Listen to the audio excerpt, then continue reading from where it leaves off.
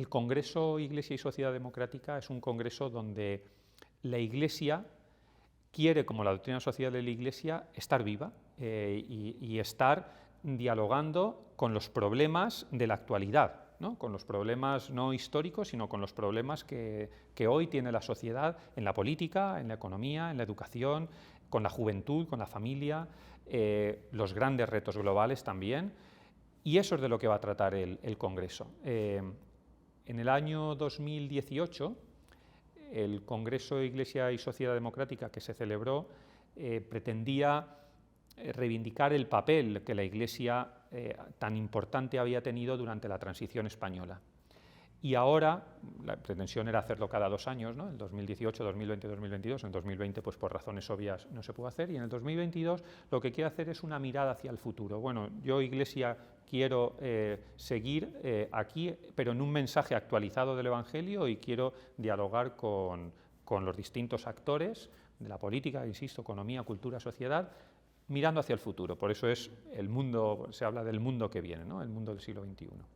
Bueno, lo que pasa es que la doctrina social de la Iglesia ahí no ha sido, yo creo que no se ha instalado en un concreto modelo, ¿no? La doctrina social de la Iglesia, además, si cogemos las distintas encíclicas y, en definitiva, toda la casuística y toda la literatura que hay de la doctrina social de la Iglesia, veremos cómo hay una evolución también de esa doctrina sobre los distintos modelos. A mí me parece que, te insisto, yo creo que debemos de sostener con fuerza la idea de ese Estado social y democrático de derecho.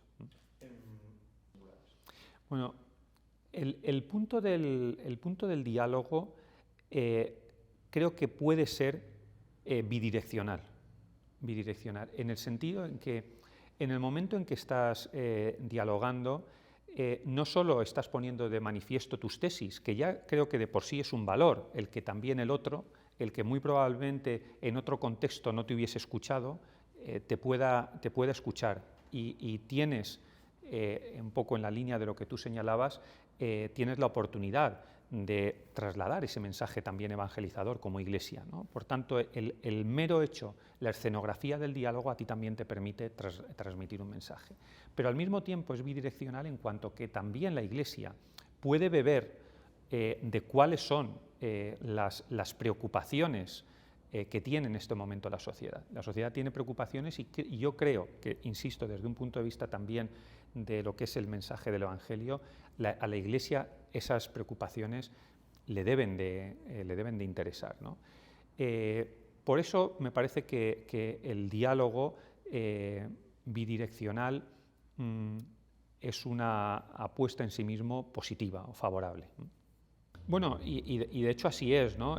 Lo que quería decirte es que muchas veces se habla de, no, la Iglesia tiene que confrontar con el poder, ¿no? Y en estos países donde la Iglesia pues no puede desarrollarse o vive en algunos de ellos en situaciones lamentables de clandestinidad, muchas veces, ¿verdad? Hay que enfrentarse. Bueno, evidentemente la Iglesia tiene que hacer lo posible por hacerse su espacio y por respetar y por aludir a esa libertad de expresión religiosa que en términos jurídicos se ha implantado en los sistemas democráticos. Pero siendo así, me refería en la parte de las democracias, que es por donde te había entendido la pregunta. Yo creo que la Iglesia no debe confrontar con el poder sin más, sino que, bueno, pues debe defender sus valores, debe defender sus principios, pero no por el hecho de que haya un poder, pues yo con el poder no hablo, ya sea democrático o ya sea no democrático. A eso me refería. Creo que también hay que transitar de la solidaridad e ir más allá de la solidaridad hacia un concepto de caridad. La pandemia, te decía antes, nos ha puesto muy de cerca la necesidad de la caridad y la necesidad del cuidado, ¿no? Yo creo que tenemos que también, la Iglesia también tiene que transitar a ese concepto de caridad. Ya, volviendo a la doctrina social de la Iglesia, tienes la famosa encíclica Caritas in Veritate, ¿verdad?, donde se hace una buena apología de todo ese concepto de caridad. Bueno, yo estoy totalmente de acuerdo con ese mensaje de Joseba Segura de transitar también hacia una mayor transparencia por parte de la Iglesia. Cada vez vivimos en sociedades más horizontales. la horizontalidad de la sociedad nos lleva también a una mayor responsabilidad frente a unas sociedades verticales, ¿no? Donde antes pues, venía la imposición desde arriba y bueno, pues eso es lo que hay, ¿no? Es lo que había en aquel momento, pero ya no solo en el ámbito iglesia, ¿no? Lo tenías en ámbito educación, la jerarquía que había entre el profesor y el alumno era tremenda. O la que había incluso hasta entre un médico y un paciente. Antes se llamaban órdenes, las recetas las llamaban órdenes terapéuticas. Usted se toma esto y esto del consentimiento informado, como que ¿no? El paciente no va a servir para nada. Es verdad que aquello pues, era un extremo de sociedad vertical absoluta, pero ahora nos hemos ido hacia una sociedad horizontal. ¿Qué significa? Pues que la sociedad horizontal lleva consigo que todo el mundo tenga que ser también más abierto, más transparente, más responsable, mayor responsabilidad.